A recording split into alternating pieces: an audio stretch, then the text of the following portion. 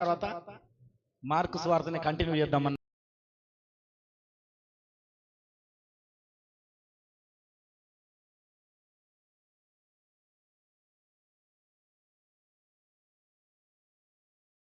అనమాట. ఒక గృహంలోకి వెళ్తున్నాం అనుకోవాలి. ఎక్కడికి వెళ్తున్నాము? ఇంటిలోకి. ఒక ఇంటిలో ఒక 4 గదులు ఉన్నాయి. ఆ గదులన్నిటిని చూడాలనుకుంటున్నాం మనము. ఆ గదులన్నీ తిరిగి ఆ ఏరియా ఎంత ఉంది, ఆ ఏరియాను పరిశీలించాలనుకుంటున్నాం. అది ఎంత శుభ్రంగా ఉంది పరిశీలించాలనుకుంటున్నాం. కాబట్టి ఇక్కడ 3 విషయాలు చెప్తా. ఎన్ని విషయాలు చెప్తా?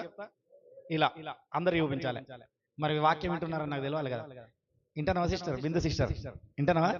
సరే, 3 విషయాలు చెప్తా. మొదటిది దేవాలయము నాశనము, అంత్యదిన సూచనలు. ఏమిటి అంట? దేవాలయ నాశనము, అంత్యదినముల సూచనలు. ఇది 1 నుండి 13 వచనాల వరకు ఇక్కడ ఉంటుంది. ఎన్ని వచనాల వరకు ఉంటుంది? 1, 2 వచనాలు చదువుదామా? చదవగలిగిన వారు మైక్ తీసుకొని మైకులో గట్టిగా 1, 2 వచనాలు చదవండి. చదవాలి. ఈ మైక్ కూడా తీసుకో అక్కకి. ఈ మైక్ అక్కకి. ఆయన దేవాలయంలో నుండి వెళ్ళుచుండగా ఆయన శిష్యులలో ఒకడు, బోధకుడా, ఈ రాళ్ళేలాంటివో, ఈ కట్టడములు ఎలాంటివో చూడుమని ఆయనతో అనెను.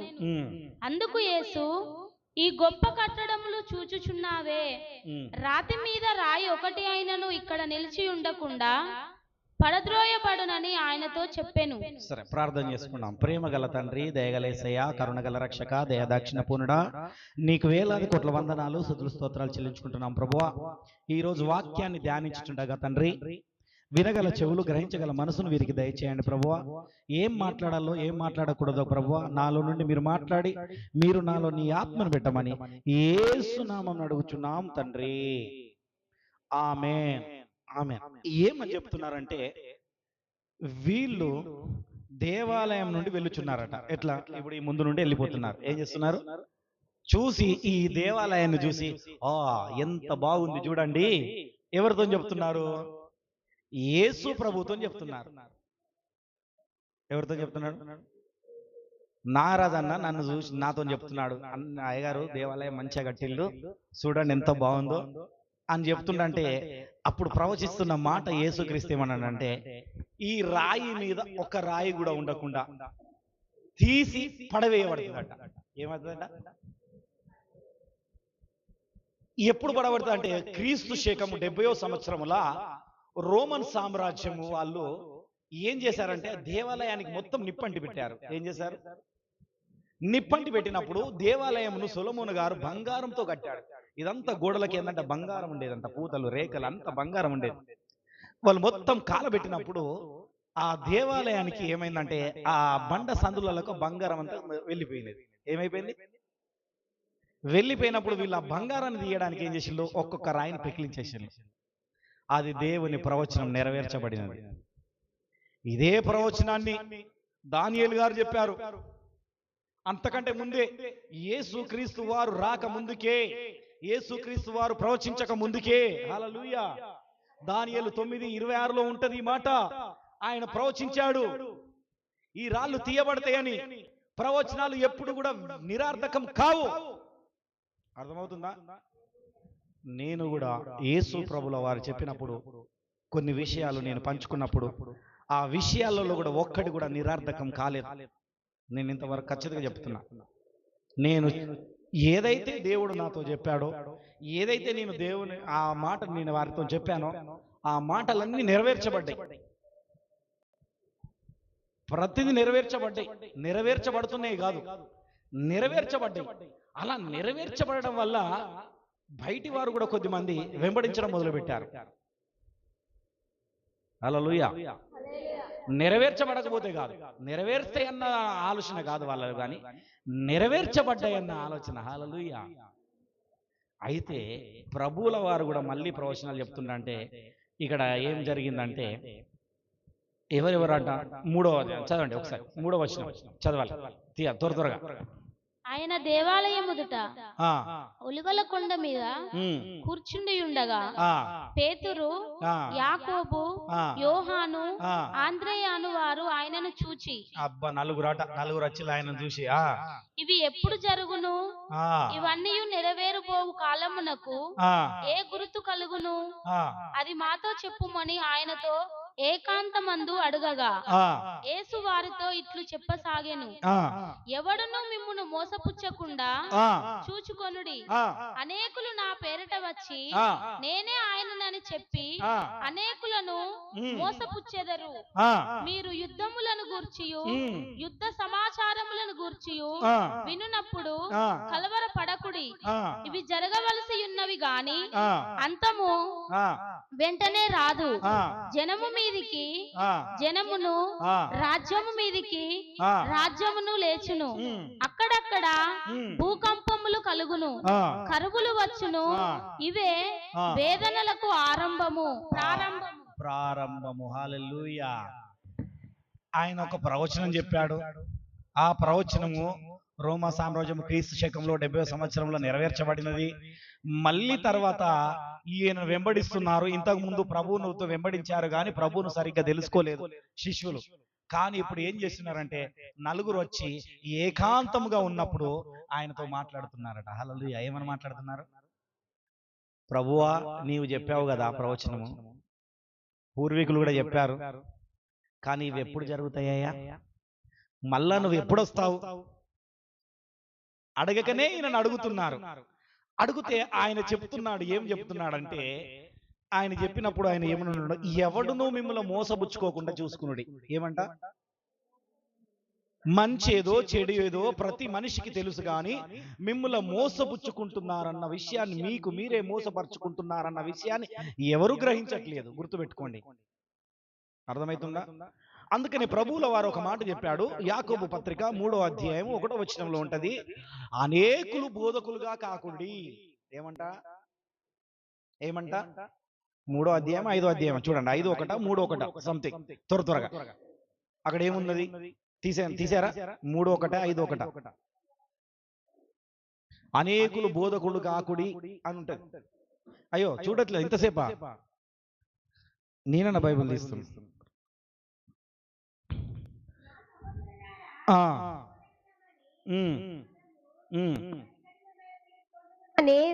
తెలుసుకొని మీలో అనేకులు బోధకులని కాకుడి. ఏమంట? 3:1 కదా. నా సహోదరులారా, ఎవరని చెప్తున్నాడు? అందరికి. ఈ కాలమున ప్రతి వారు బోధకులను తిరుగుతున్నారు. ఏమని తిరుగుతున్నారు? ఎవడును మిమ్మల్ని మోసపుచ్చుకోకుండా చూసుకునుడి. ఎవరు బోధకులు అంటున్నారు? నేను ఒక సాక్ష్యం విన్నాను. ఒక సహోదరి చెప్పాది. ఆ ఎవరో కూడా కాదు, మన సంధ్యన సహోదరి చెప్పాడు. వాళ్ళ పాస్టర్ గురించి చెప్పాది. అంటే మనం మాట్లాడకూడదు, తప్పు. కానీ ఆ దేవుని నామానికి మహిమ కలుగును కాక వదిలేసేయండి. Live it. రిబా అఖారాల రబంధుర్యాల రబాస దేవ క్షమించండి. అయితే ఇంకా విషయాలు కాకుండా చాలా మంది చూస్తాము. ఎవరు కూడా బోధకులు కాకుడి. ఎందుకు కాకూడది అంటున్నాడంటే, ఏమంట? అక్కడ ఏమన్నదక్క? బోధకులమైన మనము మరి కఠినమైన తీర్పు పొందుదుమని. ఏమంట?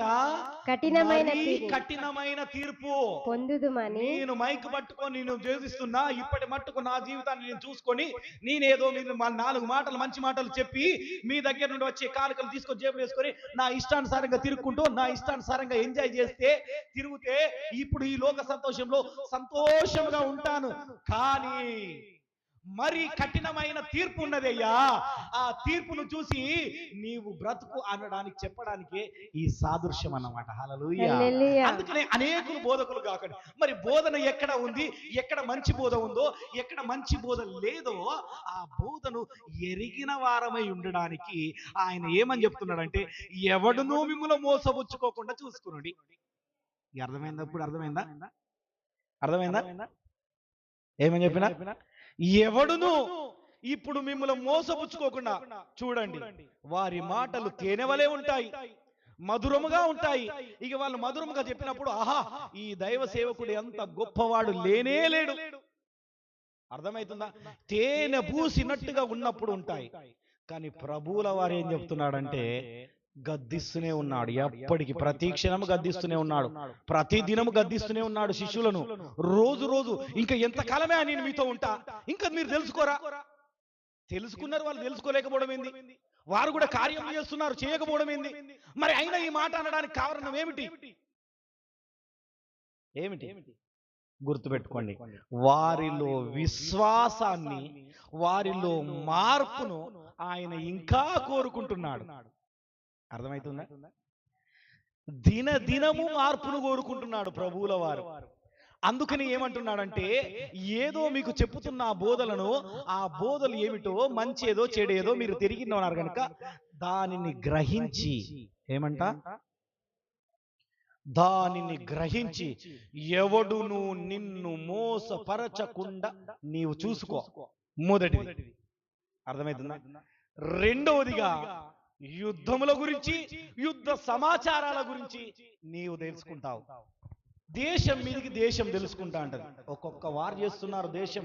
ఒక దేశం తెలియకుండా ఒక దేశం ఆర్థిక వ్యవస్థను దింపడానికి ఓ యుద్ధం జరుగుతుంది. ఎంత యుద్ధాలు జరుగుతున్నాయి? అర్థమవుతుందా కదా? జరుగుతున్నాయా, జరగట్లేదా? యుద్ధ సమాచారాలు ఎంతమంది తెలుసుకున్నారు ఇంతవరకు? యుద్ధం తెలిసిన చేయెత్తండి. యుద్ధాలు ఎవరెవరికి జరుగుతున్నాయి తెలుసా? పోనీ మనకు తెలిసినది ఒక యురాను యుద్ధమే, అంతే కదా?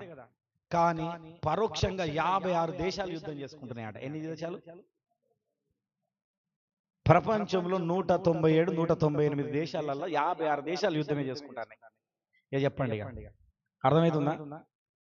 యుద్ధముల సమాచారం మీరు వింటారు, ఓకే, ఇదే అయిపోయింది.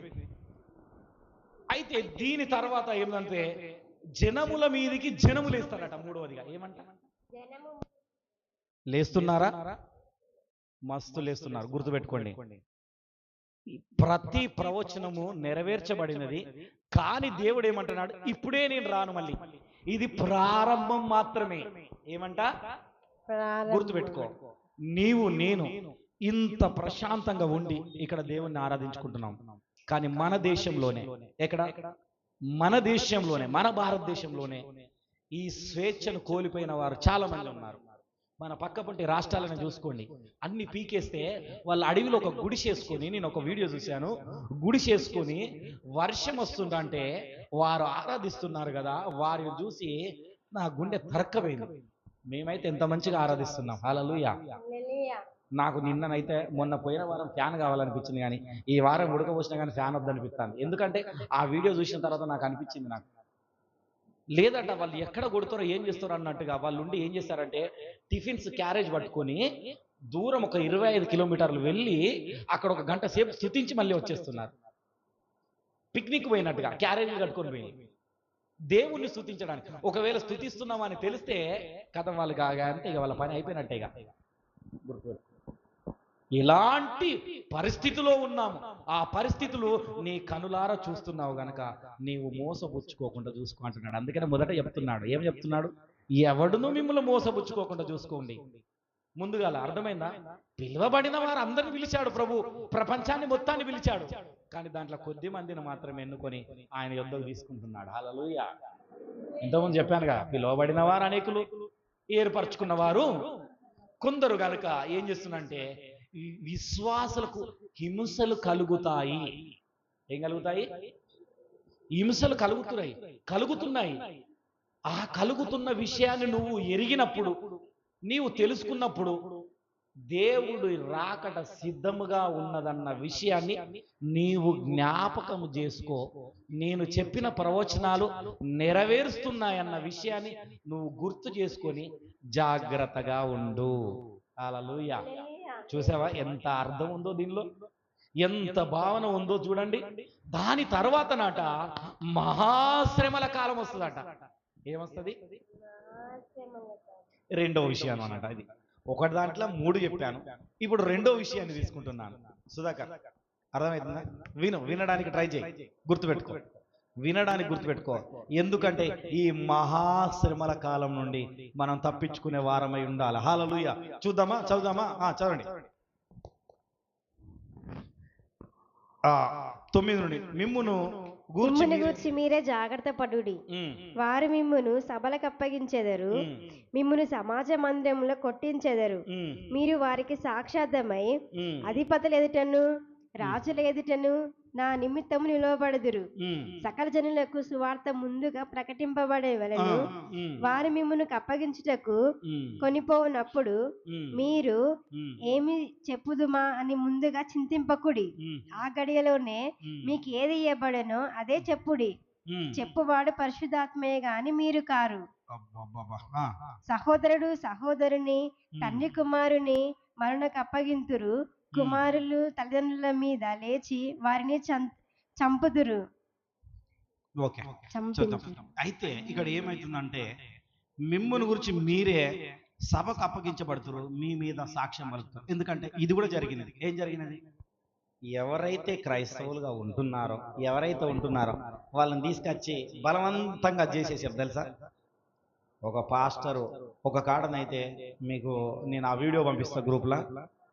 గుడి ఉంది, దేవాలయం సేమ్ ఇలానే ఉంది. దీన్ని మొత్తం రూపురేఖలు మార్చేసి నెక్స్ట్ డే నుండి పూజలు చేయడం ప్రారంభించారు. అర్థమైందా? ఏం చేశారు? ఇవి చూస్తున్నాం అంటే జరిగినాయి. యేసుక్రీస్తు వారు ఇదే బైబిల్లో ముందుకెళ్తుండ అంటే ద్వారము యొద్ద నిలుచున్నాడన్నది గుర్తుపెట్టుకో. ఎక్కడ నిలుచున్నాడు? ఇప్పుడు అక్కడ లేడు పైన ఆయన. అర్థమైందా? ఇక్కడ ఇప్పుడు ఉన్నాడు, బయట ఉన్నాడు. చూసావా? ఆ బయట గుమ్మం కాడ రావడానికి ఆయన నిలబడి ఇట్లా చూస్తున్నాడు. ఏం చూస్తున్నాడు? ఇక మనం పిలిస్తే రావడానికే చూస్తున్నాడు. అందుకనే ప్రభువుల వారు అందుకనే చెప్తున్నాడు, నువ్వు పిలిస్తే రావడానికి చూస్తున్నాడు కనుక ఇవన్నీ జరుగుతున్నాయి. ఈ మహాశ్రమల కాలం రాబోతుంది కనుక ఇవన్నీ చేస్తున్నాయి కనుక ఈ మహాశ్రమల కాలం ముందు రాకముందుకే నిన్ను నీవు జాగ్రత్తగా చూసుకో. ఏమంట? ఇప్పటి నుండి ప్రతి క్రైస్తవుడు కానీ ఒక క్రైస్తవురాలు కానీ ఈ నాశనకరమైన హేయములు మనలోకి మనకింకా తాకక ముందుకే, తాకినే అంతటా నీకు నాకు తాకక ముందుకే నిన్ను ఎవరు మోసబుచ్చుకోకుండా, ఒక అబద్ధ క్రీస్తు వచ్చి అబద్ధ క్రీస్తులో నిన్ను ఎదగనీయకుండా, నీవు అదే లోకమనాన్ని ఎదగకుండా, నువ్వు అలా మోసపడకుండా నిన్ను నీవే జాగ్రత్తగా చూసుకోమని హెచ్చరికలు చెప్తున్నాడు ప్రభువుల వారు. ఇదే మత్తయి సువార్త 24వ అధ్యాయంలో కూడా ఇదే హెచ్చరికలు ఉంటాయి. గుర్తుపెట్టుకోండి, ఇంటికి పోయినాక చదువుకోండి. మత్తయి సువార్త 24వ అధ్యాయంలో సేమ్ ఇదే హెచ్చరికలు ఉంటాయి. మనిషికి మహాశ్రమ కలిగినప్పుడు, ఏం కలిగినప్పుడు? మహాశ్రమ కలిగినప్పుడు ఏందంట? మిమ్మును కొట్టినప్పుడు అప్పుడు మీరట ఆ గడియలో భయపడదు. చాలా మంది భయపడ్డారా? భయపడని వాళ్ళని చూపించాలనా? ప్రవీణ్ భయపడలే. ఆయనకి ఎంత శ్రమ కలిగినా భయపడలే ఆయన. ఆ గడియలో పరిశుద్ధాత్మ దేవుడు ఏది చెప్తాడో, కొద్దిమంది సువార్తను చెప్పడానికి కానీ వెళ్ళడానికి కానీ భయపడుతున్నాడు. కానీ నీవు దేవునితో నడిపించబడినప్పుడు నీకు చెప్పేది నీవు కాదు, నీలో ఉన్న ఆత్మ, పరిశుద్ధాత్మ దేవుడు చెప్తాడు. నేను గుర్తుపెట్టుకోండి, నేను ఎక్కడికైనా వెళ్ళినప్పుడు ఎవరికైనా వాక్యం చెప్పాలంటే పరిశుద్ధాత్మ దేవుడు నాలోకి వస్తేనే వాళ్ళతో చెప్తాను, లేకపోతే వాళ్ళతో చెప్పను. నార్మల్గానే మాట్లాడతా, ఎంతసేపు అయినా నార్మల్గానే మాట్లాడతా. ఎందుకు? మత్తయి సువార్తలో ఒక మాట ఉంటుంది, పందుల ముందట ముత్యాలు జల్లకుడి. ఏమంటారు? ఏమయ్యా మీ ఇద్దరికి ఇంత నిద్ర వస్తుంది ఎందుకు? ఇంత నిద్రలో ఎందుకు పోతాను? అంత ఉండద్దు. నిద్రను జయించాలి. జయిస్తేనే పరలోక రాజ్యం వస్తుంది, లేదా రాదు. గుర్తుపెట్టుకో, జయించాలి నిద్ర. అయితే ఏం చేస్తానన్నమాట, నేను వీటిని చల్లను, ఎక్కడ పడితే అక్కడ చల్లను. చాలా మంది అనుకుంటారు అస్సలే చల్లను. నేను వాక్యానికి ఎంత ప్రిఫరెన్స్ ఇస్తానంటే మహా ప్రిఫరెన్స్ ఇస్తా వాక్యానికి. ఎందుకంటే వాక్యమై ఉన్న యేసు వందనమయ్య. ఏమంట? వాక్యమే శరీరధారి అయి మన యుద్ధకు వచ్చినది కనుక ఈ మహాశ్రమలు వచ్చినప్పుడు నువ్వెవరు మోసపుచ్చుకోకుండా నీవు ఒకసారి నీవు జాగ్రత్త పడు. ఎందుకంటే నాశనకమైన ఏ వస్తువు నిలవరాని స్థలమందు నిలుచుట మీరు చూచుదురు. ఏమంట? నాశనకరమైనది అంటే అక్కడ పనికిరానిది అది తీసుకొచ్చి నిలవరాని చోటనగా ఈ పరిశుద్ధ స్థలములో నిలుచుట మీరు చూచెదరు. హల్లెలూయా. ఏమని చూచెదరు? ఇటలీలో చర్చిలు అన్నీ అమ్మేసుకున్నారు. 200 ఏళ్ళు 300 ఏళ్ల క్రితం చర్చిలు అన్నీ అమ్మేసుకున్నారు. ఇప్పుడు వాటిని అన్నిటిని వేరే మతస్థులు కొనుక్కొని అక్కడ ఏందంట, నిలవరాని ప్లేసులో యేసుక్రీస్తు ప్రతిష్ఠించబడిన ఆ ప్లేసులో, నిలవరాని ప్లేస్ అంటే నీ జీవితాన్ని కూడా చూసుకో. జీవితం దేవుడు నీకు ఇచ్చిన నీ జీవితాన్ని నీవు ఎక్కడ నిలపాలి? ఆయన సన్నిధిలో నిలపకుండా నీవు నిలపరాని ప్లేస్లో నువ్వు నిలుపుతున్నావు అంటే ఒక్కసారి నువ్వు ఆలోచించుకో. అర్థమవుతుందా? ఈ దేహమును ఎక్కడ నిలపాలో కూడా కొద్దిమందికి తెలియట్లేదు. ఏం తెలియట్లేదు? ఈ నాశనమైన తెగులు రప్పడం వస్తుందన్నది ఆ విషయాన్ని నువ్వు ఎరిగి ఈ దేహాన్ని ఎక్కడ నిలపాలి? సోమరితనంగా నిలపాలనా? చెప్పండి. తిండిపోతో నిలపాలనా? ఇష్టానుసారంగా తిరిగిపోతో నిలపాలనా? దీనికి నిలపాల్సిన సమయం ఉన్నప్పుడు ఆ నిలపాల్సిన టైంలోనే నీవు నిలపాలా? అయ్యా నేను చెప్పట్లేదయ్యా, బైబిల్ చెప్తుంది. ఒకసారి మీకు చదివితే అర్థమవుతుంది అనుకుంటా. ఒకసారి ఇదే మా ఇక్కడ 14వ వచనం చదవండి. 14వ వచనం చదవండి సిస్టర్ త్వరగా. మరియు నాశనకరమైన ఏ వస్తువు నిలువరాని స్థలం మందు నిలుచుట వారు చూచినప్పుడు చదువువాడు గ్రహించుగాక. ఏందట? చదువువాడు గ్రహించుగాక. చదవక. యూదయలో ఉండువారు కొండలకు పారిపోవాలని మిద్దె మీద ఉండువాడు ఇంటిలో నుండి ఏదైనా తీసుకొని పోవుటకై దిగి అందులో ప్రవేశింపకూడదు. చాలు, ఇక్కడ వరకు చాలు, ఆపండి. ఏమంట? మిద్దె మీద ఉండువాడు ఎవరు? గుర్తుపెట్టుకోండి. ఇక ఇప్పుడు చెప్పే మాట ఎంత గుచ్చుకుంటుందో మిమ్మల్ని, మీరు ఏమని అనుకోండి. దేవునికి మహిమ కలుగును గాక. నీవు యేసు క్రీస్తుని అంగీకరించి, మన గురించే చెప్తున్నాడు, ఎప్పుడు వస్తున్నాడని అన్ని మైకులు తక్కువ పెట్టేశాడు. అవసరం ఉన్నప్పుడు మాత్రం ఆన్ చేసుకొని చదవండి, అన్ని ఆఫ్ చేశాడు. యేసు క్రీస్తుని అంగీకరించి దేవుడు అంటే ఏదో తెలుసుకొని నీ ఒక పైన ఎత్తైన కొండ మీద ఉండి ఒక స్థానములో ఉండి ఆ స్థానము నుండి నీవు కిందికి దిగినవనుకో. అర్థమైందా? మొన్న పోయిన వారం చెప్పాను, మనము బ్రతికి ఉండడమే దేవుడిచ్చిన కృప అని చెప్పాను. అవునా కదా? ఎంతమంది విన్నారు పోయిన వారం? నేను చెప్పాను అదే విషయాన్ని చెప్తున్నా.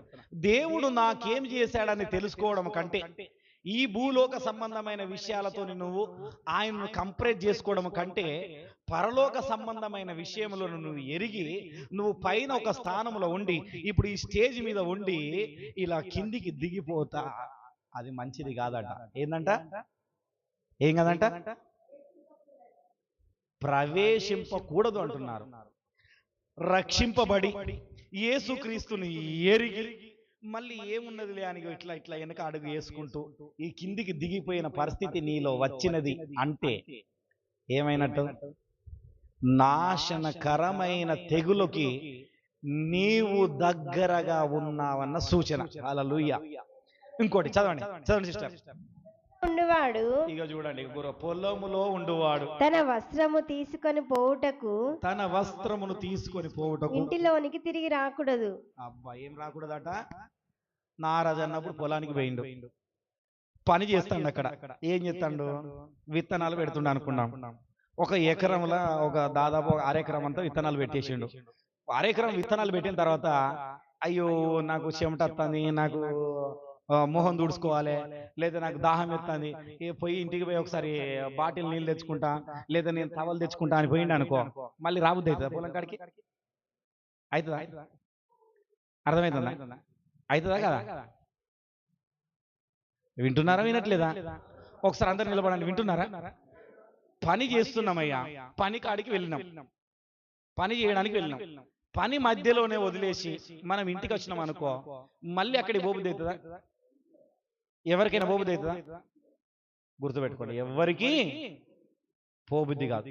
అలా వెనుదిరిగిన వాళ్ళు, ప్రభువును తెలిసి నీలో జరిగిన అద్భుతాలు, ఆశ్చర్య కార్యాలు, అన్ని క్రియలు నీవు చూసి ఆ ప్రభువును నీవు ఎదురు ప్రశ్నించిన ఎడల, నీవు వెనుదిరిగిన ఎడల ఏమంట? మహాశ్రమలకు నిన్ను అప్పచెప్తాని దేవుడు చెప్పకనే చెప్తున్నాడు ఇక్కడ హెచ్చరికలు. హల్లెలూయా. ఏమంట? నీవు పొలములో దిగి దేవుని అంటే ఏమిటో తెలుసుకొని యేసుక్రీస్తుని సొంత రక్షకుడిగా అంగీకరించి ఆయన ద్వారా నువ్వు పాప క్షమాపణ పొంది మళ్ళీ నీ ఇష్టానుసారంగా అన్యత్యమైన సహవాసంతో అన్యత్యులు చేసినట్టుగా చేసుకుంటూ తిరిగినావనుకో, నిన్ను మహాశ్రమకు అప్పచెప్పడమే గనక నీతో నాకు పని లేదు. అప్పుడు దేవుడు చెప్తున్నది, ఇవన్నిటి గురించి జాగ్రత్తగా ఉండు బిడ్డ అని హెచ్చరిస్తున్న అధ్యాయమే 13వ అధ్యాయం. హల్లెలూయా. ఇంకా కొంచెం ముందుకు పోతే చాలా కఠినంగా ఉంటది. ప్రభువుల వారు ఇంకా కఠినంగా చెప్తున్నాడు. చూడండి, గుర్తు పెట్టుకోండి. ఇవే కఠినమైన మాటలు. నిన్ను ఎత్తు మీద పెట్టాను, మేడ మీద పెట్టానయ్యా, కిందంతా నీళ్ళంతా నిండిపోయినది, ఆ నీళ్ళలోకి దిగుదామని చూస్తావా నువ్వు? ఆ బురదలోకి దిగుతావా? మళ్ళీ ఎంత పాపిష్టకరమైన విషయం. అందుకనే ఇప్పుడు ఈ రోజు మన సహోదరుడు చెప్పాడు కదా, నేను అయ్యగారు చెప్పినప్పుడు వినకుండా ఆ బురదలకు పోయినా రావడానికి చాలా కష్టమైందని. గుర్తుపెట్టుకోండి, ప్రభువుల వారు ముందే హెచ్చరిస్తాడు, ముందే నిన్ను గద్దిస్తాడు. ఆ గద్దింపుకు నువ్వు లోబడావో నీవు ఇంకా మెట్టు పైకి వెళ్తుంటావు. లోబడలేదనుకో, ఇంకా ఉన్నప్పుడు నీ నాశనాన్ని నీవే తెచ్చుకున్నట్టు. ఎవరు తెచ్చుకున్నట్టు? అర్థమైందా? కొద్దిమంది మాట్లాడుతుంటే, అరే వాని చెయ్యిలు వాడిని ఎత్తి మీద పెట్టినవరా, భలే చెప్పినవరా ఇరుకాటంలో. ఈ మాట విన్నారా ఎప్పుడన్నా? దేవుడు కూడా అంతే. నీవు రక్షింపబడి నువ్వు చేసిన తర్వాత నీవు మళ్ళీ తర్వాత, అయ్యో ప్రభువా నాకు బాధ కలిగింది, నాకు ఈ కష్టం వచ్చింది. ఎందుకు? అవునా కదా? నీది నీవే తెచ్చుకున్నావుగా మహాశ్రమలు. ఎందుకంటే నువ్వు ఎదగవలసిన వాడవై ఉన్నావు, నువ్వు అక్కడ పని చేయవలసిన వాడ ఉన్నావు. పని వెళ్ళి ఆ పనిని మధ్యలోనే వదిలేసి వస్తే అక్కడ పని కూడా పూర్తి కాలే. అందుకని పనివాడు జీతానికి పాత్రుడు అన్నాడు. అన్నప్పుడు నువ్వు పని చేస్తలేవే, గుర్తుపెట్టుకో. నువ్వు మీద ఉంటలేవే, నువ్వు ఇంకా కిందనే ఉండాలని చూస్తాంట. మళ్ళీ ఎవరో అంటే తెలుసుకుంటుంది, నన్ను తెలుసుకున్నాక కూడా నువ్వు అదే విధంగా ప్రవర్తిస్తే ఏమిటి నీ పని? నీ వల్ల నాకు ఉపయోగం ఏమున్నది? అవునా కదా? అందుకని అక్కడ ఉంటాడు. ఇంకొకటి 20 వచనాలకు వస్తే ఆయన ఒక మాట చెప్తాడు. చదవండి, త్వరగా ముగిస్తాను, నేను ముగిస్తాను. అయితే అంతకంటే ముందు ఇంకేంటంటే, ఈ శ్రమల కాలం వచ్చినప్పుడు గర్భిణీ స్త్రీలకు శ్రమ అని ఇందులోనే ఉంటది. అయ్యో, ఆ దినములలో గర్భిణులకు పాలిచ్చి వారికి శ్రమ, అది చలికాలం ముందు సంభవించకుండా ఉండవాలని ప్రార్థించుడి. అవి శ్రమగల దినములు, దేవుడు సృష్టించిన సృష్టి దినము వరకు ఇది వరకు అది శ్రమ కలగలేదు, ఇంకా ఎన్నడూ కలగలేదు. ఇంతకు ముందు వాళ్ళ కాట ఏంటంట, చలికాలం సంభవించకుండా చూసుకోవాలట ముందుగా. ఎందుకో మరి, చలికాలం వస్తాడేమో దేవుడు చెప్పగలే చెప్తున్నాడేమో. చలికాలంలో వస్తే ఆ సంభవించకుండా చూసుకోండి, ప్రార్థన చేయండి. మళ్ళీ ఇట్టి శ్రమ కలగలేదట. ఇప్పుడే మనం శ్రమను ఎక్కువ చూస్తున్నాము. చాలా మందికి తెలుసో తెలియదో, నీవు కనుక 3 పూటలు తింటున్నావంటే దేవునికి మహిమ కలుగును గాక. ఒక్కొక్కరు ఒక్క పూట తింటలేక కరువుతోని ఎంతో శిష్టపడుతున్నారు, దేవుణ్ణి ఆరాధించలేక ఎంతగానో కష్టపడుతున్నారు. వారికి కలిగిన శ్రమను నువ్వు చూస్తున్నావు. కానీ ఇప్పుడు వచ్చే శ్రమనట ఇంతకంటే ఎక్కువైన శ్రమ. అంటే నువ్వు 3 పూటలు తినేది 2 రోజులకు ఒకసారి తినవలసి వస్తున్న శ్రమ వస్తుందేమో. గుర్తుపెట్టుకో, నీ డొక్క చిచ్చిపోతుందేమో, అలాంటి శ్రమ కలుగుతుందట. ఇంకా నిన్ను అందరు కలిసి బాధ పెడతారేమో, ఆ శ్రమ కలుగుతుందట. ఇలాంటి శ్రమనట మరీ ఎప్పుడు సంభవించదట. ఎందుకు మరీ ఎప్పుడు సంభవించదంటే, ఇక్కడ నీతిమంతులకు శ్రమ కలగకుండా దేవుడు నీతిమంతులను తీసుకుపోతున్నాడు, ఉన్న వాళ్ళకు శ్రమ కలుగుతున్నది. వాళ్ళు ఈ శ్రమనే చూశారురా బాబు. ఇంతకు ముందే ఇన్ని రోగాలు చూసుకుంటూ వచ్చాం, కరోనా లాంటి మైమరిగిన రోగాన్ని చూసి దాన్ని చేయించుకుంటూ వచ్చామంటే ఇంకొక రోగం వచ్చి పడ్డది రా అన్నట్టుంటది. మళ్ళీ అర్థమవుతుందా? అంత శ్రమ. చూడు, లాక్డౌన్ అప్పుడు ఒక్కరు కూడా ఒకరు చూసుకుంటా, బంధువులు కూడా, గుర్తుపెట్టుకోండి, ఆ బాధ చూసుకుంటే అది తెలుసుకుంటే చాలా ప్రాముఖ్యమైనది. ఇంకొక విషయం తెలుసా, సొంత భర్త చనిపోతే, భార్య చనిపోతే కూడా పక్క పొంటి వచ్చి చూసేటోళ్ళు లేరు. ఎన్నో సంవత్సరాలుగా కలిసి ఉన్నవారు, ఒకే రక్తముగా బ్రతికిన వారు, ఒకే శరీరముగా బ్రతికిన వారు, కానీ వారిని చూడడానికి కూడా ఇక్కడ దూరం ఉండి నిలబడి చూసే సమయం వచ్చింది. దానికంటే దౌర్భాగ్యమైన గుణం ఏదన్నా ఉంటుందా మనకు? గుర్తుపెట్టుకోండి, ఉంటుందా? చూడు, నీ పిల్లలుండి నీ పిల్లలకి ఏదైనా జరిగింది అనుకో, వారిని ఇలా చూడకుండా అంత దూరం నుండి చూస్తే నువ్వు అంతకంటే దౌర్భాగ్యరాలు ఎవరన్నా ఉంటారా? అర్థమవుతుందా? ఈ శ్రమనే చూశావురా బాబు అంటే ఇంతకంటే దౌర్భాగ్యమైన దాన్ని నువ్వు చూస్తావు గనక నీవు ఎవడు నిన్ను మోసపుచ్చుకోకుండా చూసుకోండి. మంచి మాటలు చెప్పి నిన్ను దేవుడు దీవిస్తాడు, ఆశీర్వదిస్తాడు. నువ్వు ఎలా ఉన్నా మంచిదే. నువ్వు వస్తున్నావు కదా, నువ్వు వస్తున్నావుగా, వేషధారులుగా వస్తున్నావా, సరే ఓకే, అని ఇలా చెప్పిన వాళ్ళు, పర్లేదు సిస్టర్ నీ విశ్వాసం చాలా మంచిది, ఓ బ్రదర్ నీ విశ్వాసం చాలా మంచిది, ఓ నీ విశ్వాసం చాలా గొప్పది అని మంచి మాటలు చెప్పగానే, ఓ మా అయ్యగారు మంచిగా చెప్తాడు అని ఇంకొక 100 రూపాయలు తీసి ఎక్కువ ఇస్తున్నావా? ఇచ్చి తీసుకున్నప్పుడు ఏమవుతుంది? కానీ మహాశ్రమ వస్తుంది, గుర్తుపెట్టుకో. ఎవడు నిన్ను మోసపుచ్చుకోకుండా చూసుకో. ఏందంట? ముగిద్దామా? పూర్తిగా చెప్పనా ముగించనా? మీకు వినే ఓపిక ఉన్నదంటే చెప్తాను. హల్లెలూయా. ఎందుకంటే దాదాపు నేను మరి మొదలు పెడితే అసలే వదిలిపెట్టాను. హల్లెలూయా. ఒకసారి అందరం లేచి నిలబడదామా? నీ వాక్యమే నన్ను బ్రతికించెను. మూడో విషయం చెప్తుంది, బాధలలో నెమ్మదినిచ్చెను. అందరూ నీ వాక్యమే నన్ను బ్రతికించును, బాధలలో నెమ్మదినిచ్చెను, కృపాశక్తి దయాశక్తి సంపూర్ణుడా, వాక్యమై ఉన్న యేసు వందనమయ్యా. సరే, 20వ వచనంలో చూసుకున్నాం. 20వ వచనంలో చూసుకుంటే అందరు నిలబడాలి. ప్రభు ఆ దినమును తక్కువ చేయని ఎడల, ఏ శరీరియు, గుర్తుపెట్టుకోండి ఇది చాలా ప్రాముఖ్యమైనది. ప్రభు ఆ దినమును తక్కువ చేయని ఎడల అంటే తక్కువ చేశాడంటే ఏమిటంటే, ఒక కాడ బాధ కలుగుతుంది, ఒక కాడ శ్రమ కలుగుతుంది, ఇక్కడ కలగట్లేదు. గుర్తుపెట్టుకోండి. అర్థమవుతుందా నేను చెప్పింది? అర్థమైందా?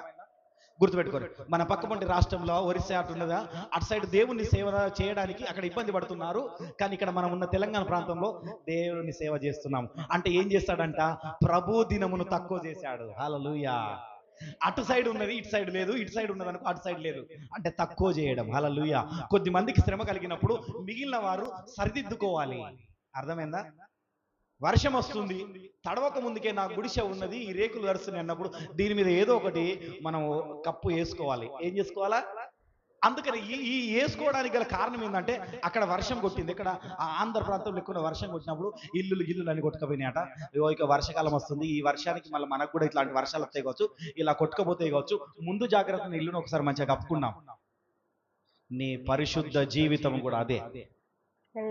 ఏమంట? నీ పరిశుద్ధ, అందుకని ఏమంటారు? ప్రభు ఆ దినమును, చదవక, ఆ దినములను తక్కువ చేయని ఎడల, ప్రభు ఆ దినములను తక్కువ చేయని ఎడల ఏ శరీరియు తప్పించుకొనకపోవును. గుర్తుపెట్టుకోండి, ఏ శరీరం ఒకవేళ అదే శ్రమ నీకు కలిగిందనుకో, నీవు తప్పించుకోవడానికి మార్గమే లేదు. ఇక నువ్వు ఖచ్చితంగా నరకానికి పోవడమే, ఖచ్చితంగా నరకానికి పోతున్నావు అన్న విషయాన్ని చెప్తున్నాడు. అందుకని అక్కడ జరిగినప్పుడు ఇక్కడ నువ్వు గుడిసె కప్పు. హల్లెలూయా. ఎందుకంటే ఇక్కడ నీకు జరుగుతలేదు కనుక నీవు ఇప్పుడే సరి చేసుకో. అర్థమైందా? దేవుని అర్థమైందా? అక్కడ జరిగింది, అక్కడ జరుగుతుందంటే ఎప్పుడు నా వద్ద రాకముందుకే నువ్వేం చేసుకోవాలంటే సరి చేసుకోవాలా. ఏం చేసుకోవాలా? ఇప్పుడు నువ్వు ఏం చేసుకున్నాం? చదవక, ఏర్పరచబడిన వారి నిమిత్తము, అనగా తాను ఏర్పరచుకున్న వారి నిమిత్తము ఆయన ఆ దినములను తక్కువ చేశాను. హల్లెలూయా. చప్పట్లు కొడదాం అందరం గట్టిగా. ఎవరి గురించి? నిన్ను దేవుడు ఏర్పరచుకున్నాడు, మీ అందరి దేవుడు ఏర్పరచుకున్నాడు కనుక అక్కడ కలిగిన శ్రమ ఇంకా నీ యుద్ధకు రాలేదు. అక్కడ జరుగుతున్న శ్రమ, ఆ యుద్ధంలో ఇంకా నీ యుద్ధకు రాలేదు. ఎందుకంటే దినములు తక్కువ చేశాడు దేవుడు.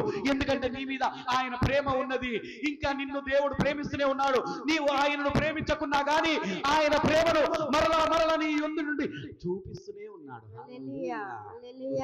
అవునా కదా? కొంతమంది ప్రేమిస్తుంటారు, యవనులు ప్రేమించుకుంటారు, చాలా బాగా ప్రేమించున్నారు. ఏం చేస్తారు? అమ్మాయి ప్రేమించకున్నా అబ్బాయి ప్రేమిస్తాడు, అబ్బాయి ప్రేమించకున్నా అమ్మాయి ప్రేమించుకుంటది. హల్లెలూయా. అవునా కదా? ఆ మనుషుల ప్రేమ ఎదుడని, ఆ మనుషుల ప్రేమనే ఇలా ఉంటే కొద్దిమంది త్యాగాలు చేస్తూ ఉంటారంట ప్రేమల గురించి. అర్థమైందా? సినిమాలలో బాగుంటాయి త్యాగాలు గీగాలు అన్ని బాగుంటాయి. ఏముంటాయి? అవునా కదా? ఉంటాయా? ఉండయా? అందరూ చూసిన అనుభవాలు ఉన్నాయి. ఉన్నాయా లేవా ఎవరికైనా? హల్లెలూయా. అయితే అట్లాంటిది అంటే ఆ ప్రేమ నాట ఏమైంది? ఏర్పరచుకున్నబడిన నీ నిమిత్తము. ఎవరి నిమిత్తము? మీ పక్క పంటలో చూడండి, దేవుడు దినములు తక్కువ చేశాడంటే నీ కోరానికి అని చెప్పండి. అందరు ఒకరితో గురించి చెప్పుకోండి. మీ పక్క పంట చూసి, నీ గురించే దేవుడు దినములు తక్కువ చేశాడు, నీ గురించే దేవుడు దినములు తక్కువ చేశాడు. ఎందుకంటే నిన్ను ఏర్పరచుకున్నాడు. చెప్పు, నిన్ను ఏర్పరచుకున్నాడు అని చెప్పాలి. దేవుడు నిన్ను ఏర్పరచుకున్నాడు, దేవుడు నిన్ను ఏర్పరచుకున్నాడు, దేవుడు నిన్ను ఏర్పరచుకున్నాడు. మోమాట పడకూడదు. గుర్తుపెట్టుకో. బైబిల్ చెప్తుందమ్మా, నేను చెప్పట్లేదు. గుర్తుపెట్టుకో. నీకు శ్రమ కలగలేదు అంటే, నీకు బాధ కలగలేదు అంటే దేవుడు నిన్ను ఏర్పరచుకున్నాడు. చూసారా? ఇప్పుడే చెప్పాను, ఒక ఎగ్జాంపుల్ చెప్పాను, కరుణాది చెప్పాను. ఆ దాని నుండి నువ్వు విముక్తి పొందావంటే దేవుడు నిన్ను వేర్పరచుకున్నాడు. హల్లెలూయా. ఎంతో మంది బంధువులు చనిపోయారు, రక్త సంబంధికులు చనిపోయారు. నా రక్త సంబంధికులు చాలా మంది చనిపోయారు, కనీసానికి వాళ్ళని చూడడానికి కూడా వెళ్ళలేదు. హల్లెలూయా. అర్థమైందా? దేవుడు ఏర్పరచుకున్నాడు. ఏం చేస్తున్నాడు? హల్లెలూయా. మూడో విషయం చెప్దాము.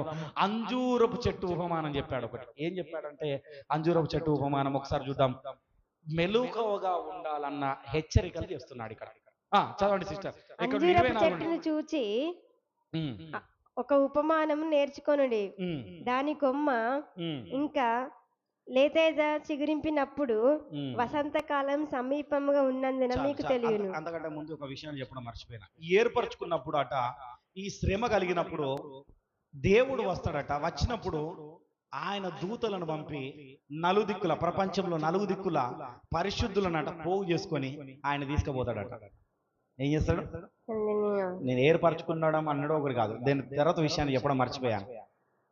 ఆయన వచ్చి దాన్ని కొంచెం చదువుదాం సిస్టర్. ఇప్పుడు ఆ దినములలో ఆ, ఆ శ్రమ తీరిన తర్వాత ఆ, చీకటి సూర్యుని కమ్మును, ఆ, చంద్రుని తన కాంతినీయడు, ఆ, ఆకాశం నక్షత్రాలు రాలును, ఆ. ఆకాశమందలి శక్తులు కదిలింపబడును. అబ్బా, ఆకాశంలో శక్తులు కదిలింపబడతాయట. ఆకాశం శక్తులు అని ఎంతమంది నమ్ముతారు? ఎగ్జాంపుల్ నేను ఒకటి చెప్పనా? పిడుగు. ఏంటి? ఆకాశంలో శక్తులు ఉన్నాయని ఎంతమంది నమ్ముతారు? నేనే ఎగ్జాంపుల్ చెప్పిన. ఏంటిది? పిడుగు. ఎక్కడ నుండి పడుతుంది? పిడుగు పడితే మనిషి ఉంటాడా? ఉండడు. కానీ కొన్ని దేశాలు ఏం చేస్తాయి ఎరికైనా, ఆ పిడుగును స్టోరేజ్ చేసుకొని వాళ్ళు కరెంట్, ఎలక్ట్రికల్ వర్క్ చేస్తున్నారు. కరెంట్ ఇస్తున్నారు దేశానికే కరెంట్ ఇస్తున్నారు తెలుసా? దాదాపు ఒక్క పిడుగు పడితే ఒక 10 సంవత్సరాల కరెంట్ తయారు చేస్తారట. దాని పవర్ చూడండి. ఎంత వర్షములు పడ్డా కానీ చెట్ల మీద పడుతుంటది కదా, చెట్టు ఎంత కాలిపోతుంటది? తాడి చెట్లు. మహాభారీ వర్షంలో కూడా. ఇంకొక విషయం తెలుసు, అక్కడ ఒక 2-3 నెలల దాకా అక్కడ వేడిగానే ఉంటుంది. మీరు వెళ్ళి ఎప్పుడన్నా చూడండి, పిడుగుపడ్డ చోట కాలు పెట్టి చూడండి, 2-3 ఏళ్ళైనా అక్కడ వేడిగానే ఉంటుంది. కొన్ని సంవత్సరాలు కూడా పిడుగుపడ్డ చోట. వర్షకాలం కూడా అక్కడ వెచ్చగానే ఉంటుంది. అంత పవర్ ఉంటుంది దాన్ని. ఆకాశంలో శక్తులు కదిలించబడతాయట. అందుకనే నేను బైబిల్ చదవాలని చెప్పేది. ఎందుకు చెప్తాను? బైబిల్ చదివితే అన్ని తెలిసిపోతుంది. అందుకనే రోజు ఒక అధ్యాయం చెప్పేది. ఎంత భయంకరమైన విషయాలు తెలుసుకుంటాను చూడండి, గుర్తుపెట్టుకోండి. అప్పుడు చాలు. అప్పుడు ఏం చేస్తాడంటే, ఎవరైతే ఏర్పరచబడిన వారు ఇప్పుడు ఉన్నారో, ఇప్పుడు నీలాగా అందరు ఎవరైతే ఏర్పరచబడి ఉన్నారో వారందరినీ పోగు చేస్తారట. దేవదూతలు పోగు చేసి ఆయనతో వెళ్ళిపోతాడు. హల్లెలూయా. అప్పుడు వెళ్ళిపోయిన తర్వాత ఆయన ఒక అంజూరపు చెట్టు ఉపమానం చెప్తున్నాడు. మూడవది. ఈ విషయాన్ని షార్ట్లో చెప్పి నేను ముగిస్తాను. అందరు కూర్చోండి, షార్ట్లో చెప్పి ముగిస్తాను. ఓకేనా? అంజూర చెట్టు ఉపమానం 28. అంజూరపు చెట్టును చూచి ఒక ఉపమానము నేర్చుకొనుడి. దాని కొమ్మ ఇంకా లేతదై చిగురించినప్పుడు వసంతకాలము సమీపంగా ఉన్నదని మీకు తెలియను. ఆ ప్రకారమే మీరు ఈ సంగతులు జరుగుట చూచినప్పుడు ఆయన సమీపమునే ద్వారము దగ్గరనే ఉన్నారని తెలుసుకొనుడి. అబ్బబ్బబ్బా, చాలు ఇక్కడ ఆపండి. ఏందట? అంజూరపు చెట్టు అంటున్నాడు. మనం అంజూరపు చెట్టు గురించి కాకుండా మనం ఏ చెట్టు చూసుకున్నామయ్యా? మామిడి చెట్టు చూసుకున్నాం. మొన్నటిదాకా మామిడికాయ పచ్చడి తిన్నాం కదా, అందరికి గుర్తుంటది. మామిడి చెట్లు, మామిడి పళ్ళు కాలుతాయంటే మనం ఏ కాలం అనుకుంటాం? వేసవి కాలం. ఇక్కడ అంజూరపు చెట్టు వసంతకాలం అని చెప్తాం. అయితే వేసవి కాలం వచ్చినప్పుడు మామిడి పండ్లు వస్తాయి. ఆ మామిడి పండ్లు వస్తున్నాయి అంటే దాని సాదృశ్యం ఏమిటంటే, ఇప్పటి వరకు నీకు చెప్పిన యుద్ధ సమాచారాలు, ఈ భూకంపాలు, అక్కడక్కడ మొన్న మనకు కూడా భూకంపం వచ్చింది మన ములుగు జిల్లాకు, అర్థమైందా? ఈ భూకంపాలు కానీ ఇలాంటి ఈ యుద్ధముల గురించి ఇవన్నీ విన్నప్పుడు యేసుక్రీస్తు వారు చెప్పిన విషయాలు ఏమని చెప్పిన, రాయి మీద ఒక రాయి లేకుండా పోతుంది. ఇవన్నీ వినినప్పుడు అట నువ్వు తెలుసుకోవాల్సింది ఏమిటట? దేవుడు ద్వారము నొద్దనే ఉన్నాడు. ఎక్కడున్నాడు ఇప్పుడు? ఎక్కడున్నాడు? ద్వారం అనగా ఇది ద్వారం, గుర్తుపెట్టుకోండి. ఇవి ఎక్కడున్నాడంటే ఈ ద్వారం యొక్క, ఇటు చూడండి, నన్ను చూడండి, అందరు ఇక్కడ నిలబడి ఉన్నారు. బయట ఉంటే అందరికి కనబడడానికి, అందుకే లోపడున్నా. ఈ ద్వారం యొద్ద ఉన్నాడని తెలుసుకోవాలట. అంటే ఆయన ఒక అడుగు పెట్టడమే లోపలికి, ఇక్కడ ఉన్న బయట నుండి ఇక్కడ అడుగు పెట్టడమే. ఆయన ఈ అడుగు పెట్టడమే చాలా ప్రాముఖ్యమైనది. అంటే ఒక్క అడుగు దూరంలోనే ఉన్నాడు. ఎక్కడ ఉన్నాడు? అర్థమవుతుందా? ఇప్పుడు యేసుక్రీస్తు వారు ఎప్పుడు వస్తారు? ఇవాళనే రావచ్చు, రేపే రావచ్చు, ఎల్లుండే రావచ్చు. ఆ కిందికి పోతే అదే ఉంటది. ద్వారము యొద్ద ఉన్నాడని తెలుసుకోండి. ప్రభువుల వారు వస్తుండడానికి వస్తున్నాడు కనుక నీవు ఏర్పరచబడిన నీవు ఎంత జాగ్రత్తగా ఉండాలి అన్న విషయాన్ని తెలియపరుస్తుంది. ఏమంట? నీ వరకు రావట్లేదు, ఈ సమాచారాలు వింటున్నావు, ఇది మాత్రం అంతము కాదు. మళ్ళీ ఆయన ప్రభు చెప్పాడు, ఇప్పుడే అంతం చేయను నేను, మళ్ళీ మహాశ్రమ ఉన్నది, అలాంటి శ్రమ ఇంకా ఇంతవరకు రాలేదు, రాబోతుంది ఆ శ్రమ. కనుక ఆ శ్రమ వచ్చిన తర్వాత అంతం చేస్తా. కనుక ఆ శ్రమకు ముందు నిన్ను తీసుకెళ్ళడానికి మొదట నేను ఏం చేస్తున్నానంటే ద్వారం యొద్ద నిలుచున్నా, నీ హృదయం అనే ద్వారం యొద్ద నిలుచున్నా. ఇక నిన్ను ఏర్పరచుకున్నా కదా, ఇకనన్నా మారుతావేమో, ఇకనన్నా నా యుద్ధ కొత్తవేమో, ఇకనన్నా నేను చెప్పింది వింటవేమో అన్న విషయాన్ని కనుక నిన్ను వదిలిపెట్టకుండా నీ ద్వారం యొద్ద నిలుచొని ఆయన చూస్తున్నాడు. ఎంతమంది నమ్ముతారు? నమ్మట్లేదా? నమ్మితే గట్టి హల్లెలూయా చెప్పండి. హల్లెలూయా, హల్లెలూయా. చదవండి. ఇవన్నీ జరుగు వరకు ఈ తరము గతింపదని నిశ్చయముగా మీతో చెప్పుచున్నాను. ఆకాశమును భూమియును గతించును గాని నా మాటలు గతింపవు. చాలే. ఇక్కడ ఇంకొక మంచి క్వశ్చన్ వస్తుంది. ఏమొచ్చిందంట? ఇవన్నీ జరుగు వరకు ఈ తరము గతించదు. మరి ఈ తరం అంటే ఎవరు? నువ్వు, నేనే. హల్లెలూయా. ఇవన్నీ జరుగుతున్నాయి కానీ ఈ తరం మాత్రం గతించదు. ఈ గతించదు అన్న విషయాన్ని నువ్వు చూస్తున్నావు అన్న విషయం తెలుసు. కానీ ఆయన చెప్పిన మాట నీ ఒకవేళ నువ్వు పోయిన తర్వాత నీ పిల్లలన్న గుర్తు చేసుకోవడానికి ఏమంటున్నట, నా మాటలు ఆకాశం గతిస్తుంది, భూమి గతిస్తుంది, కానీ నేను చెప్పిన మాట కిరణన్న వింటున్నావా లేదా మీ కొడుకుతో పడుకుంటున్నావా? హల్లెలూయా. ఏం చెప్తున్నా?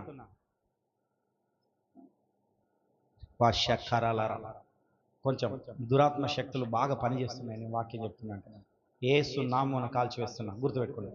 అయితే దేవుడు చెప్తున్నాడు, ఏమంటున్నాడు అంటే ఈ తరం అనగా నీవు నేను జరగవలసిన అన్ని, చూడవలసిన అన్ని దేవుడు చెప్పిన ప్రవచనాలన్నీ నువ్వు చూస్తున్నావు, నేను కూడా చూస్తున్నాను. కానీ ఈ తరమట అవి నెరవేరుతున్నాయి కనుకనే ఈ తరాన్ని నువ్వు చూస్తున్నావు కనుక ఈ తరములోనే జరుగుతాయి అన్న విషయాన్ని మరలా గుర్తు చేస్తున్నాడు. జరుగుతున్నాయా జరగట్లేదా? ఇప్పుడు చెప్పండి. ఆయన ప్రవచనం చెప్పిండు, రాయి మీద రాయి ఉండకుండా తీసివేయబడదు. 70వ శతాబ్దంలో చూసినావు, అయిపోయింది. అర్థమైందా? నిన్ను శ్రమలు పడజేస్తారు. శ్రమలు ఎన్నో దిక్కులో చూస్తున్నావు, శ్రమలు అర్థమవుతున్నాయి, గుళ్ళు గులగొట్టడానికి చూస్తున్నావు, అన్ని చూస్తున్నావు, గుడిలలో వేరే పెట్టి ప్రతిష్టలు చేయడం చూస్తున్నావు, అన్ని చూస్తున్నావు. అంటే నువ్వు తరాన్ని చూసినావా? ఈ తరంలోనే చూసావా? వేరే తరంలో చూసావా? అర్థమైందా? ఎప్పుడో కాదు కదా. ఎప్పుడో అంటే సొలొమోను మందిరాన్ని గురించి వింటున్నావు, కానీ ఇప్పుడైతే ఒక తరాన్ని అయితే ఒకటైతే చూస్తున్నావు కదా. గుడులు కూలిపోవడం, గుళ్ళో వేరేది ఉండడం, అన్ని చూస్తున్నావు కనుక అందుకనే ఆయన చెప్తున్నాడు, ఆ దినమును గూర్చి, ఆ గడియ గురించి తండ్రి తప్ప ఏ మనుషుడికైనను పరలోకమందునున్న దూతలకైనను కుమారుడైనను ఎరగడట. ఏమంట? ఎంత జాగ్రత్తగా ఉండాలి. తండ్రికి తప్పితే కుమారుడికి, ఎవరికి? కుమారులమనగా మనమే. దూతలట, ఆ దూతలకు కూడా ఎరగదట. మళ్ళీ ఇక్కడ ఏం చెప్తున్నాడు? మనుష్య కుమారుడు కూడా తెలియదు అంటాడు. ఈ మనుష్య కుమారుడు ఎవరంటే యేసుక్రీస్తు. యేసుక్రీస్తు వారు ఏం చెప్తున్నాడు అంటే, నేను ఆ దినమును మళ్ళీ ఎప్పుడు వస్తానన్నది ఖచ్చితంగా ఇప్పుడు నేను ఎరగను, నేను అక్కడికి పోయిన తర్వాత ఆ స్థానంలో ఉన్నప్పుడు చెప్తాను. అర్థమవుతుందా? కొద్దిమంది అంటున్నారు, ఇప్పుడు కదా తర్వాత చెప్తాను, నీకు ఏదైనా విషయం చెప్తాను అంటే ఏం చెప్తాంటారు? తర్వాత చెప్తాను. నేను కూడా చాలా మంది చెప్పాను, ఏం చెప్తాను? తర్వాత చెప్తా, ఇప్పుడు చెప్పను. ఆ విషయాన్ని నాకు తెలుసు, ఇప్పుడు చెప్పాల్సినది కాదు, కానీ తర్వాత చెప్తాను. ఇక్కడ శిష్యులతో, ఆ నలుగురితో ఏం చెప్తున్నాడు? దాటి వేస్తున్నాడు. హల్లెలూయా. ఎందుకంటే మీరు ఈ దినములన్నీ అయితే చూడండి, ముందుగా ఈ దినముల గురించి మీరు చూసి మీ జీవితాలను చక్కబెట్టుకోండి. అర్థమైందా? అర్థం కాలేదా? చదవక. జాగ్రత్త పడుడి, మెలకువగా నుండి ప్రార్థన చేయుడి. అబ్బా, ఆ కాలం ఎప్పుడు వచ్చునో మీకు తెలియదు. ఒక మనుషుడు తన దాసులకు అధికారం ఇచ్చి ప్రతి వానికి వాని పని నియమించి మెలకువగా నుండుమని ద్వారపాలకు ఆజ్ఞాపించి ఇల్లు విడిచి దేశాంతరం పోయినట్టే ఇంటి యజమానుడు ప్రొద్దుపుకి వచ్చినో, అర్ధరాత్రి వచ్చినో, కోడికి పోయినప్పుడు వచ్చినో, తెల్లవారినప్పుడు వచ్చినో, ఎప్పుడు వచ్చినో మీకు తెలియదు. ఆయన అకస్మాత్తుగా వచ్చి మీ నిద్రపోచుండుట చూచునేమో గనుక మీరు మెలకుగా ఉండుడి. నేను మీతో చెప్పునది అందరితోనూ చెప్పుచున్నాను, మెలకువగా ఉండవలెను. ఏమైతాడట, అందుకని నేను ఎప్పుడు వస్తాడో తెలియదు. ఈయన ఇంకొక మళ్ళీ సామెత చెప్తున్నాడు. ఏం సామెత చెప్తున్నాడు ఎరికైనా? ఏం చెప్పాడు ఎరికైనా? ఒక ద్వారపాలకుడు ఉన్నాడట. అంటే ఎగ్జాంపుల్ నేను ఒక మాట చెప్తున్నా. ఒక పొలం ఉన్నది. పొలాన్ని నేను కౌలుకు అప్పచెప్పిన. కౌలుకు అప్పచెప్పడం ఎందుకంటే జీతగాన్ని పెట్టుకున్నాను. ఏం చెప్పినా కౌలు కంటే మళ్ళీ వేరే అవుతుంది. జీతగాన్ని పెట్టుకున్నా. నేను పొలం ఉన్నది ఏం చేసిన జీతగాన్ని పెట్టుకున్నా. జీతగాన్ని పెట్టుకున్నప్పుడు ఆ పొలాన్ని చూసుకోవడానికి నా ఇష్టం కదా, నేను యజమాని కదా, నేను ఎప్పుడైనా రావచ్చు కదా. అర్థమవుతుందా? నేను ఎప్పుడైనా రావచ్చు, ఎందుకంటే పొలం నాది. జీతగాడు మంచిగా పని చేస్తున్నాడో లేదో. అర్థమవుతుందా? జీతగాళ్ళు ఎవరమంటే మనము దేవుని పొలంలో ఇప్పుడు ఉన్నాం. మనం ఎక్కడ ఉన్నాము? ఏదోను తోట నుండి బయటకు వచ్చినాం. అప్పుడు ఏదోను తోట పొలంలో ఉన్నాం, ఇప్పుడు బయట పొలంలో ఉన్నాము. ఈ పొలములో ఉన్న మనము ఏం చేసినా గానీ మన యజమానుడు ఎప్పుడు వస్తాడో అని ఎప్పుడు పని చేసుకుంటూనే ఉండాలన్నట. పని చేయకుండా రెస్ట్ తీసుకొని కూర్చోవడం కాదు. ఎందుకంటే వాడు జీతగాడు ఎప్పుడు పని వాడొచ్చి పని చేస్తలేవు, పని దొంగడ, నీకు అసలు నీకు పైసలు వేయనంటే మన పరిస్థితి ఏమనంటే వాళ్ళలో భయం ఉంటుంది. ఎందుకు భయం ఉంటుంది అంటే వాడు పనివాడు గనక భయం ఉంటుంది. వాడు పనిని విషయాన్ని ఎరిగిన వాడు గనక భయం ఉంటుంది. ఇక్కడ నువ్వు యేసుక్రీస్తుని ఎరిగి యేసుక్రీస్తు విషయాలు ఉన్నావు అంటే ఈ యేసుక్రీస్తు భయం ఉంటుంది. అర్థమైందా? ఇంకేమన్నా వివరించి చెప్పాలా? అర్థమైందా? ఇంకో కొంచెం వివరించమంటారా? సరే ఓకే, దేవుని నామానికి మహిమ కలుగును. అందుకని ఇక్కడ ఏమంటున్నాడంటే ఆయన యజమానుడు పొద్దున వస్తాడా తెలియదు, మధ్యాహ్నం వస్తాడా తెలియదు, సాయంకాలంలో వచ్చి చూస్తాడా తెలియదు. ఎప్పుడో సరే అయితే నీ దగ్గరికి వస్తాడు. నువ్వు పని చేస్తున్నావా లేదు, చేస్తున్నావా లేదు, చూస్తలేనో చూస్తలేదు. అదేదో నేను దేవేంద్ర వాళ్ళ ఇంటికి పని చేస్తున్నా అంటే ఊకే వాళ్ళతో ఉండి చూసినట్టుగా నేను ఒక గంట సేపు చూసేది, మళ్ళీ పోయేది పడుకునేది, మళ్ళీ వచ్చి మళ్ళీ ఒక గంట సేపు చూసేది, మళ్ళీ ఒక 10 నిమిషాలు పని చేసేది, మళ్ళీ పోయేది, నేను వచ్చి చూసేది. అలా ఊకే గడికొచ్చి చూస్తా అంటే వీళ్ళు ఏం చేసేదరికైనా ఆయగరత్తాను దెబ్బదెబ్బ చేయాలని దెబ్బదెబ్బ పని చేసేవాళ్ళు ఒక్కసారి కూడా కూర్చోకపోయేది. అంటే ఏమిటి? భూమి అందే ఈ భూలోకమైన పని చేయడానికే వాళ్ళు ఇంత శ్రద్ధగా చేస్తుండ అంటే దేవుని పెట్టిన పని, దేవుడు నిన్ను ఇక్కడ నియమించిన ఈ పొలంలో నీవు ఆయన పని చేయడానికి ఎంత మెలకువగా ఉండి ప్రార్థన చేయాలన్న విషయాన్ని హెచ్చరికలతో చెప్తున్నాడు ఇక్కడ. హల్లెలూయా. అందుకని ఏ సమయం వచ్చేది, ఒకవేళ నువ్వు నిద్రపోతున్నావు, అట్లా సుధాకర్లా నిద్రపోతున్నా అంటే దేవుడు వచ్చేది తెలియదు. ఆ నిద్రపోయే సమయంలో కూడా నువ్వు జాగ్రత్తగా ఉండంటున్నాడు. అందుకని నిద్రపోయే సమయంలో కూడా కొద్దిమంది ఎందుకు ప్రార్థన చేసుకొని పడుకోవాలంటారు. అందుకని స్తుతించుకుంటూ ప్రార్థన చేసుకొని అట్లనే పడుకున్నావు అనుకో, ఒకవేళ నిద్రపోయినప్పుడు ఆయన ప్రభు వచ్చినా కానీ ఆయన యుద్ధకి వెళ్తావు. హల్లెలూయా. అలసిపోయిన ఏం ప్రార్థన చేస్తలే అని ఆ స్తోత్రం అని మనం ఏమైందంటే, అందుకనే కొంతమంది చెప్తాంటారు, కొన్ని కాడ ఉంటుంది ఎందుకన్నా ఆత్మ సిద్ధమే కానీ శరీరం సిద్ధం కాదు. ఏంది శరీరం? మరి శరీరాన్ని నలగొట్టాలనే కదా ప్రభువుల వారు చెప్పింది. ఏం చెప్పాడు? ఆయన నలగొట్టుకున్నాడా లేదా? 39 కొరడా దెబ్బలతో నలగొట్టుకున్నాడు. ఆయనలో సత్తో దక్కల. అర్థమైందా? కొట్టినా కానీ మోయలేని భారం పెట్టినా కానీ నేను మోస్తా, ఎవర్రా పోయి నన్ను అన్నట్టు అన్నట్టుగా మోసిండు. అంతేనా కదా? మన మాటలు మాట్లాడుకున్నాం, సత్వ దగ్గల. అంతకంటే నువ్వు ఎక్కువ పని చేస్తున్నావా ఇక్కడ? మరి ఎందుకు? అందుకనే ప్రభువుల వారు చెప్తున్నాడు. ఏం చెప్తున్నాడు అంటే, నేను ముగింపులోకి వస్తున్నా. ముగింపు 2 మాటలు చెప్తాను. నీవు యుద్ధము గురించి, యుద్ధ సమాచారాల గురించి, ఎక్కడ ఏమేమి జరుగుతాయో ప్రతి విషయాన్ని నువ్వు వింటున్నావు అంటే ప్రభువు వాడు ద్వారం యొద్ద ఉన్నాడు, రావడానికి సిద్ధంగా ఉన్నాడు. ఆయన ఒక్క అడుగేస్తే రావడానికి సిద్ధంగా ఉన్నాడు గనక నీ జీవితవంతము నీవు మెలకువగా ఉండి దేవుని సన్నిధిలో నిష్టగా ఉండాలని తెలియపరిచేదే ఈ అధ్యాయం. హల్లెలూయా. ఏం చేయంట? మెలకువగా ఉండి. ఎందుకంటే ఈ జరుగుతున్న సమాచారాలు నీ చెవులతో వింటున్నావు, నీ కళ్ళతో చూస్తున్నావా లేదా? మొబైల్లో, టీవీలలో చూస్తున్నావు గనక ప్రభువుల వారు ఇప్పుడు రావడానికి సిద్ధంగా ఉన్నాడు. ఆయన వచ్చినప్పుడు ఆయనతో నేను పోవడానికి, దేవదూతలు వచ్చినప్పుడు నలుదుక్కల నుండి పోగు చేసినప్పుడు ఆ పోగులో నేను ఉండాలన్న సిద్ధపాటు నువ్వు కలిగి ఉండాలంటే నీవు ఇప్పుడు మెలకువ కలిగి, ఏం కలిగి? ఇప్పుడు మెలకువగలిగి ప్రార్థన చేయాలని ప్రభు పేరిట కోరుతున్నాను. అందరు తలలు వంచినట్లయితే ప్రార్థన, అందరు మోకరించగలిగిన వారు మోకరించండి. అందరం ప్రార్థన చేద్దాం. కనుక గుర్తుపెట్టుకోండి, మెలకువగా ఉండాలి. ఎందుకంటే దేవుడు మనకు దేశాంతరం పోయాడు. ఇప్పుడు హల్లెలూయా, మనకు అప్పచెప్పి దేశాంతరం పోయింది కనుక ఆయన వచ్చే వరకు మనం మెలకువలో ఉండాలి. కనుక మన మధ్యలో ఉన్న నిషా సిస్టర్ గారు ప్రార్థనలు నడిపిస్తారు. అందరూ ఏకీభవించండి.